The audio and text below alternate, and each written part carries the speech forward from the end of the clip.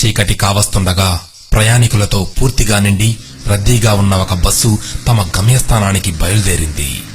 ఆ బస్సు ఒక అడవి గుండా ఘాట్ రోడ్డుపై ప్రయాణిస్తుండగా అకస్మాత్తుగా వాతావరణం మారిపోయి భయంకరమైన ఉరుములు మెరుపులతో కూడిన కుండపోత వర్షం ప్రారంభమైంది. ప్రయాణికులందరూ చూస్తుండగానే ఒక పిడుగుపాటు వల్ల బస్సుకు 50 అడుగుల దూరంలో ఓ చెట్టు పడిపోయింది. డ్రైవర్ చాకచక్యంతో బస్సును ఆపివేశాడు. ఆ చెట్టు మరో పక్కకు ఉన్న లోయ వైపు విరిగిపడటం వల్ల వీరి మార్గానికి ఎటువంటి అడ్డు రాలేదు. కొద్దిసేపటి తరువాత మళ్లీ బస్సు బయలుదేరింది. ప్రయాణికులందరూ ఊపిరి బిగబెట్టుకుని కూర్చున్నారు. ఆ బస్సు మరో 2 కిలోమీటర్లు వెళ్ళిందో లేదో మరో పిడుగు బస్సుకు 40 అడుగుల దూరంలోని చెట్టుకు కొట్టింది. డ్రైవర్ చాకచక్యంతో మళ్లీ బస్సును ఆపేశాడు. మూడోసారి పిడుగు 30 అడుగుల దగ్గరలో కొట్టింది. ప్రయాణికులలో భయం తారాస్థాయికి చేరుకుంది. అరుపులు ఏడుపులు మొదలయ్యాయి. అప్పుడే బస్సులో ప్రయాణిస్తున్న ఓ పెద్ద మనిషి, చూడండి, మనందరిలో ఈరోజు పిడుగు ద్వారా మరణం రాసిపెట్టి ఉన్న వ్యక్తి ఎవరో ఉన్నారు. అతని కర్మ మనకు చుట్టుకొని మనందరం కూడా అతనితో పాటు చావవలసి వస్తుంది. నేను చెప్పేది జాగ్రత్తగా వినండి. ఈ బస్సులో నుంచి ఒక్కొక్క ప్రయాణికుడు క్రిందికి దిగి అదిగో ఎదురుగా ఉన్న ఆ చెట్టును ముట్టుకొని మళ్లీ బస్సులో వచ్చి కూర్చోండి. మరణం రాసిపెట్టి ఉన్న వ్యక్తి ఆ చెట్టును ముట్టుకోగానే పిడుగుపాటు తగిలి మరణిస్తాడు. మిగిలిన వాళ్ళు క్షేమంగా వెళ్ళవచ్చు.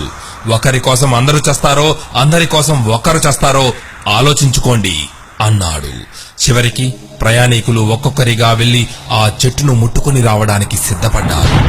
మొదట ఆ పెద్ద మనిషే మనసులో చాలా భయపడుతూనే వెళ్లి ఆ చెట్టును ముట్టుకున్నాడు. ఏమీ జరగలేదు. అతడు ఊపిరి పీల్చుకుని క్షేమంగా వచ్చి బస్సులో కూర్చున్నాడు. ఇలా ఒక్కొక్కరు భయపడుతూనే వెళ్లి ఆ చెట్టును ముట్టుకుని వచ్చి బస్సులో కూర్చోసాగారు. చివరికి ఒకే ఒక ప్రయాణికుడు మిగిలాడు. ఇక మరణించేది అతడే అని అందరికీ పూర్తిగా నిశ్చయమైపోయింది. చాలా మంది అతని వైపు అసహ్యంతో కోపంతో చూడసాగారు. కొందరు జాలిపడుతూ చూడసాగారు. అతను కూడా భయపడుతూ బస్సు దిగి చెట్టును ముట్టుకోవడానికి నిరాకరించాడు. కానీ బస్సులో ప్రయాణికులందరూ నీ వల్ల మేమందరం మరణించాలా, వీల్లేదు అంటూ బస్సు నుంచి బలవంతంగా అతన్ని క్రిందికి నెట్టారు. చేసేదేమీ లేక చివరి వ్యక్తి వెళ్లి ఆ చెట్టును ముట్టుకున్నాడు. వెంటనే పెద్ద మెరుపులతో పిడుగు వచ్చి కొట్టింది. తరువాత భయంకరమైన శబ్దం వచ్చింది. కానీ పిడుగు వచ్చి కొట్టింది ఆ చివరి వ్యక్తిపై కాదు, బస్సుపై. అవును, బస్సుపై పిడుగుపడి అందులోని ప్రయాణికులందరూ మరణించారు. నిజానికి ఆ చివరి వ్యక్తి ఆ బస్సులో ఉండడం వలనే ఇంతవరకు ఆ బస్సుకు ప్రమాదం జరగలేదు. అతని పుణ్యఫలం దీర్ఘాయుషు వారందరినీ కాపాడింది.